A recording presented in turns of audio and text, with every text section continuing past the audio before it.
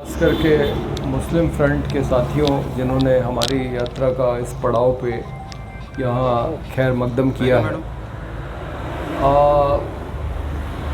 आपको जैसा मालूम है कि ये यात्रा भारत और पाकिस्तान के बीच में दोस्ती और अमन के लिए निकाली जा रही है। ये यात्रा हम इस समय क्यों निकाल रहे हैं? 14-15 अगस्त आने वाला है। हमारे एक बुज़ुर्ग हुआ करते थे कुलदीप नैयर साहब, जिनकी रहनुमाई में हम एक बार पाकिस्तान गए थे, बल्कि तब गए थे जब भारत पे वो आतंकवादी हमला हो चुका था और दोनों देशों के बीच संबंध ख़त्म हो गए थे। और 1.5 साल बाद, उस बम्बई वाली घटना के 1.5 साल के बाद, भारत का पहला डेलीगेशन जा रहा था पाकिस्तान। और वैसे तो मैं 10 बार पाकिस्तान गया हूँ, लेकिन उस यात्रा में वहाँ के बड़े बड़े नेताओं से हमारी मुलाकात हो रही थी और हमने ये देखा कि पाकिस्तान का हर एक राजनीतिक दल वो ये चाहता था कि हिंदुस्तान के साथ पाकिस्तान के संबंध सामान्य हो। अब हमारे देश में क्या है कि पाकिस्तान मतलब भारत का दुश्मन। हम ये फ़र्क ही नहीं करते कि पाकिस्तान में भाई वहाँ की आवाम है, वहाँ की सरकार है, वहाँ की मिलिट्री है, वहाँ की ISI है और फिर वहाँ के आतंकवादी संगठन है। तो हम एक ही ब्रश में सब पूरे पाकिस्तान को आतंकवादी बना देते हैं, बल्कि पाकिस्तान के पूरे मुसलमानों को ही आतंकवादी ठहरा देते हैं। तो मैं एक घटना का जिक्र करना चाहूँगा जिससे कि आपको अंतर समझ में आएगा और ये लोगों को समझाने के लिए भी बहुत ज़रूरी है। जरदारी वहाँ पाकिस्तान के राष्ट्रपति थे और उनकी बहन फरियाल तालपुर वहाँ की मेंबर ऑफ नेशनल असेंबली थी। बेनज़ीर भुट्टो के घर में, तब तक वो मरहूम हो चुकी थी, उनके घर में मीटिंग रखी गई थी और हम सब बैठे थे। और कुलदीप नैयर साहब ने, चूँकि जरदारी साहब थे नहीं, तो उनकी बहन से ही कहा कि भाई आपके यहाँ से आतंकवादी आए और हमारे यहाँ 160 लोगों को मार के चले गए। तो वो सोच रहे थे कि वो फरियाल तालपुर कहेगी कि नहीं नहीं, हम ऐसा नहीं होने देंगे, आगे से हम इसकी निंदा करते हैं, हाँ आगे से ऐसी कोई घटना नहीं होगी। लेकिन पता है आपने उसने क्या कहा?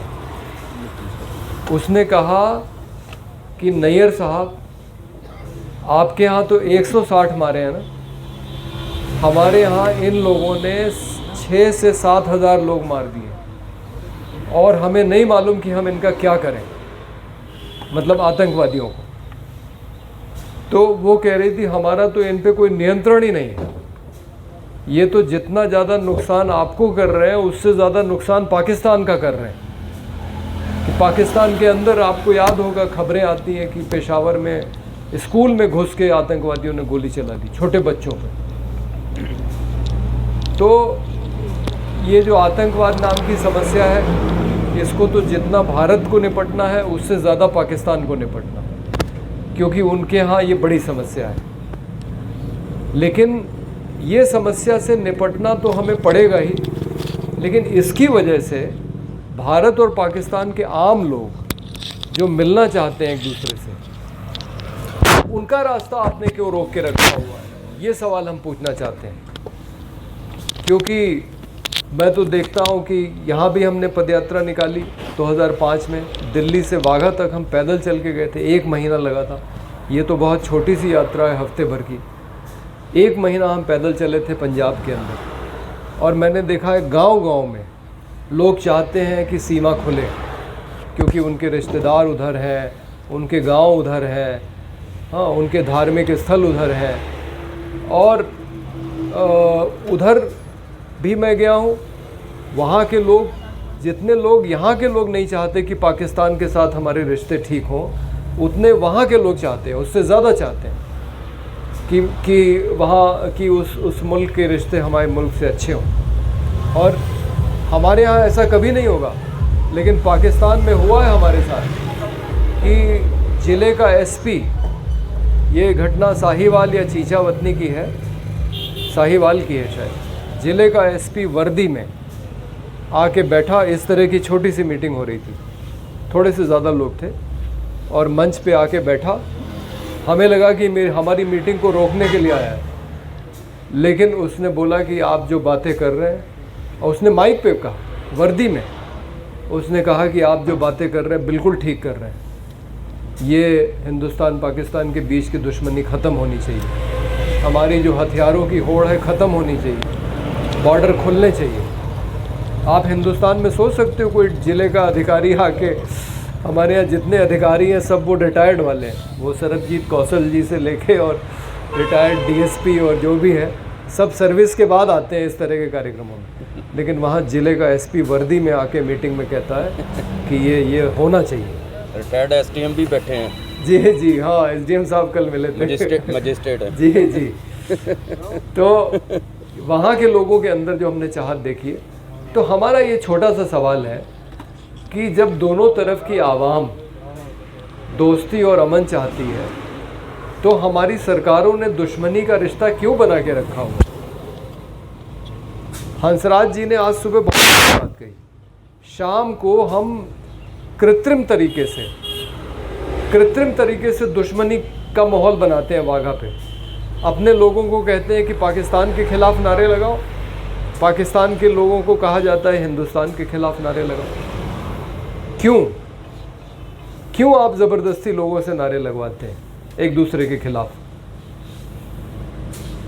मेरा प्रस्ताव ये है, इसको हमने औपचारिक रूप से भारत सरकार को भेजा है कि वाघा पे हर एक शाम को एक दोस्ती का कार्यक्रम होना चाहिए। आप एक कॉमन एरिया निर्धारित कर दो, उसको आप नो पर्सन्स लैंड डिक्लेयर कर दो कि वो ना हिंदुस्तान का है ना पाकिस्तान का है, और वहाँ पे लोगों को आप खुल के मिलने दो 2-3 घंटा। सब अपने अपने आईडी जमा कराएं और जांच कराएं, कोई हथियार लेके अंदर ना जाए, और दोनों देशों के लोगों को आप आपस में मिलने दो, उनको जो बातें करनी है करने दो, गाने गाने दो, आपस में क्रिकेट खेलने दो। हाँ, लोग तोहफे लेके आएँ, अपने खाने पीने की चीज़ें लेके आएँ, एक दूसरे से आदान प्रदान करें। आप ऐसा क्यों नहीं कर सकते? सरकार की ऐसी नीति क्यों नहीं हो सकती?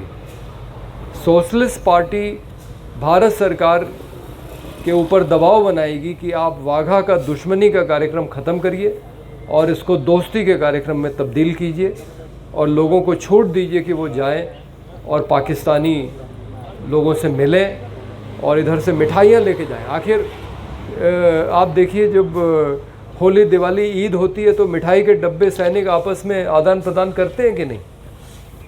वही सैनिक जो पता नहीं ये घुटना यहाँ तक उठाते हैं, नाक तक, एक दूसरे के ऊपर ऐसे तरेर के देखते हैं, आंखें तरेर के, हाँ, ये घुटना यहाँ तक उठाते हैं, पता नहीं कैसे उठा लेते हैं, और मार्च पास करते हैं और एक दूसरे के खिलाफ सीने तान के और आंखें ऐसे तरेर के, और फिर शाम को मिठाई के डब्बे बांटते हैं आपस में। ये कौन सी दुश्मनी है भाई, जो पल भर में जो है ख़त्म हो जाती है, और आप पल भर में इसको बना देते हो? तो ये पूरा मामला कृत्रिम है। हाँ, नरेंद्र मोदी जिसने अपनी पूरी राजनीति मुस्लिम विरोध, पाकिस्तान विरोध पे की, जिस दिन पाकिस्तान जाते हैं उस दिन नवाज शरीफ के पारिवारिक कार्यक्रम में शामिल होते हैं, उनकी माँ को शॉल देते हैं। अरे भाई, आप चाहते हैं कि नवाज शरीफ के साथ आपका अच्छा रिश्ता हो, तो आम हिंदुस्तानी पाकिस्तानी को भी तो मौका दो कि वो अपना अच्छा रिश्ता बना के रख सके एक दूसरे के साथ। तो बस हमारी ये मांग है, और हम चाहते हैं कि ये जल्दी से जल्दी हो, क्योंकि अगर ये दुश्मनी ख़त्म हो गई, बॉर्डर खुल गए, तो इसके बहुत सारे फ़ायदे होंगे। नंबर 1, व्यापारियों को बहुत फ़ायदा होगा, बहुत सारा सामान यहाँ का वहाँ जाके बिक सकता है। ये मारुति कार जो हमारे यहाँ कितने की आती है अभी, मारुति सुजुकी, उस समय जब मैं गया था, अब तो 10 साल हो गए, तो वो 1.5-2 लाख की आती थी शायद। पाकिस्तान में वही कार जो है 4-5 लाख की मिलती है, क्योंकि वो जापान से बन के आती है ना। तो बहुत सारे सामान यहाँ के वहाँ बिक सकते हैं, वहाँ के बहुत सारे सामान यहाँ बिक सकते हैं। हाँ, तो ऐसी बहुत सारी चीज़ें हैं। वहाँ के बच्चे यहाँ पढ़ने आ सकते हैं, यहाँ के कॉलेजों में। यहाँ के सांस्कृतिक जो कार्यक्रम है वहाँ पर आपको मालूम है कि हिंदी फिल्में बड़ी लोकप्रिय है पाकिस्तान के अंदर, तो कलाकारों का आदान प्रदान होना चाहिए। तो ये अगर रिश्ते सामान्य होंगे, और सबसे बड़ा फ़ायदा ये होगा कि जो हम पैसा हथियारों पे खर्च कर रहे हैं, जो हम सेना पे खर्च कर रहे हैं, ये पैसा दोनों मुल्कों में, क्योंकि गरीबी दोनों तरफ है, तो वो पैसा दोनों मुल्कों की गरीबी को दूर करने में लगना चाहिए। वो हम बिना वजह इन हथियारों पे, सेना पे खर्च कर रहे हैं। तो हम उम्मीद करते हैं कि एक न एक दिन ज़रूर जो है हमने आज तय किया है कि अब ये हमारा सिर्फ अकेला कार्यक्रम नहीं होगा। अब हर एक साल 14-15 अगस्त के पहले यात्रा निकलेगी। आज इस बार मानसा से निकली है, कभी होशियारपुर से निकलेगी, कभी कहीं से निकलेगी, कभी कहीं से निकलेगी, और हम 14-15 अगस्त को बॉर्डर पे जाएंगे और मोमबत्ती जलाएंगे और ये कहेंगे कि ये बॉर्डर खोल दिया जाए। बहुत बहुत शुक्रिया। बहुत शुक्रिया संदीप पांडे जी। साढ़े